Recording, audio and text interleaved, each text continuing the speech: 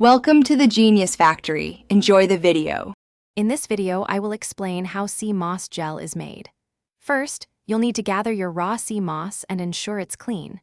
This initial preparation is crucial for a high-quality end product. We'll then move on to soaking the moss, which is essential for softening it before blending. Finally, we'll use a blender to transform it into a smooth, nutrient-rich gel. Begin by thoroughly rinsing your raw sea moss under cold, filtered water. You'll want to repeat this process several times to remove any sand, salt, or other impurities. Once clean, place the moss in a large bowl and cover it with filtered water.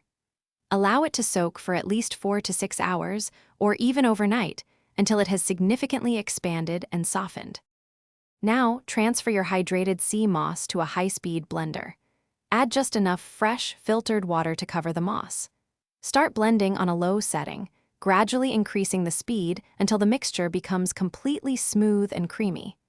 If the gel is too thick, add a small amount of water, 1/4 cup at a time, until you achieve your desired consistency. Once your sea moss gel is perfectly smooth, carefully pour it into a clean, airtight glass jar or container. Store it in the refrigerator, where it will remain fresh for approximately 2 to 3 weeks. You can add this versatile gel to smoothies, teas, or even use it topically. Also, be sure to check the description below for a link to a great e-reader and other fantastic deals.